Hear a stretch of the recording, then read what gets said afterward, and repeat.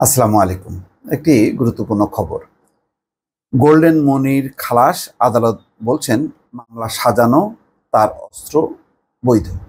আমরা প্রায় জানি যে যখন অভিযান চলে কিছু কিছু বিষয়ে বলা হয় যে অবৈধ অস্ত্র পাওয়া গেছে, তারপরে মদের বোতল পাওয়া গেছে যেগুলির বৈধতা ছিল না।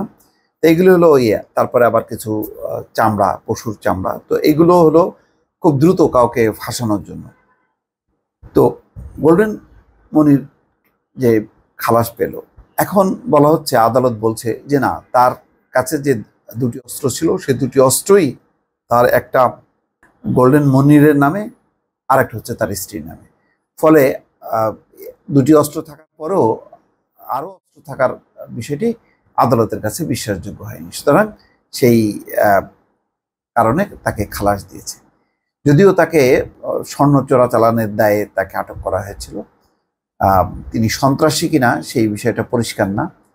তার যে ইতিহাস, যে তিনি একসময় গাউসিয়ায় হচ্ছে সাধারণ দোকানদারি করতেন, কোকারেজের ব্যবসা করতেন, সেখান থেকে আস্তে আস্তে স্বর্ণ চোরাচালানে জড়িত হয় হযরত শাহজালাল বিমানবন্দরে মাল আনা নেয়ার কাজে। তারপর একসময় তিনি আকাশপথে চোরাচালান করতেন। তো সেই হিসেবে তার পরিচিতি পায় হচ্ছে তিনি গোল্ডেন মনির। তো এখন 2020 সালের 20শে নভেম্বর এই ঘটনা।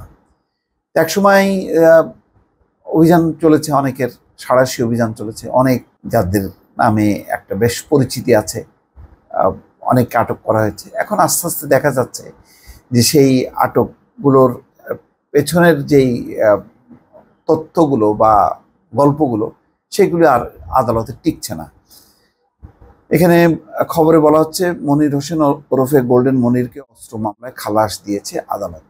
রায় আদালত বলেছে, পুলিশের একজন কর্মকর্তা বলেছেন মনির ও তার স্ত্রীর নামে লাইসেন্স করা অস্ত্র ছিল, তাই নিজের ও স্ত্রীর নামে দুটি বৈধ অস্ত্র থাকা অবস্থায় আরেকটি অবৈধ অস্ত্র ঘরে রাখার ঘটনাটি স্বাভাবিক ও বিশ্বাসযোগ্য নয়। এই কারণে প্রশ্ন আসে যে অনেককে ফাঁসানো হয়, তাহলে এই ধরনের অস্ত্র দিয়ে, গোলা বারুদ দিয়ে, গোলাগুলি রেখে তাদেরকে ফাঁসানো হয় কিনা, মাদক রেখে ফাঁসানো হয় কিনা, এই প্রশ্নটা কিন্তু চলে আসে অন্তত এই একটি ঘটনার প্রেক্ষিতে।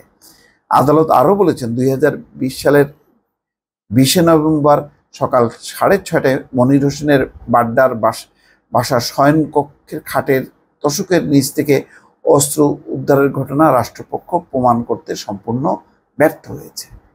তাহলে কেন এই ঘটনা? র্যাপিড অ্যাকশন ব্যাটালিয়ন র্যাবের দায়ের করা একটি অস্ত্র মামলায় ঢাকার মহানগর দায়রা জজ মোহাম্মদ আসাদুজ্জামান সম্প্রতি এই রায় দিয়েছেন। রাষ্ট্রপক্ষে মামলা পরিচালনা করি ঢাকা মহানগর দায়রা জজ আদালতে অতিরিক্ত পাবলিক প্রসিকিউটর তাপস কুমার পাল বলেন, অস্ত্র মামলায় মনির হোসেনকে বেকসুর খালাস দিয়েছে আদালত। পূর্ণাঙ্গ রায় হাতে পাওয়ার পর পর্যালোচনা সাপেক্ষে রায়ের বিরুদ্ধে আপিল করা হবে। অবশ্য মনিরের আইনজীবী দবির উদ্দিন জানান, রায়ে প্রমাণিত হয়েছে মনিরকে হয়রানির উদ্দেশ্যে তার বিরুদ্ধে অস্ত্র মামলা করা হয়েছে। এখন কখন কাকে কি কারণে যে আটক করা হয় এটা বলা খুব মুশকিল। রাজধানীর মেরুল বাড্ডার বাসায় 2020 সালের 20শে নভেম্বর অভিযান চালিয়ে মনিরকে গ্রেপ্তার করে র্যাব।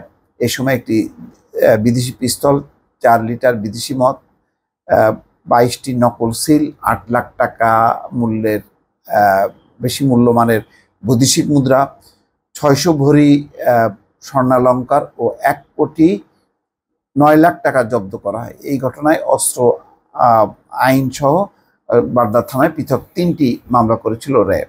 পরে মনিরের অবৈধ সম্পদ ও অপরাধলব্ধ আয়ের তথ্য প্রমাণ পেয়ে 2022 সালের 11ই মে মানি লন্ডারিং প্রতিরোধ আইনে মামলা করে সিআইডি।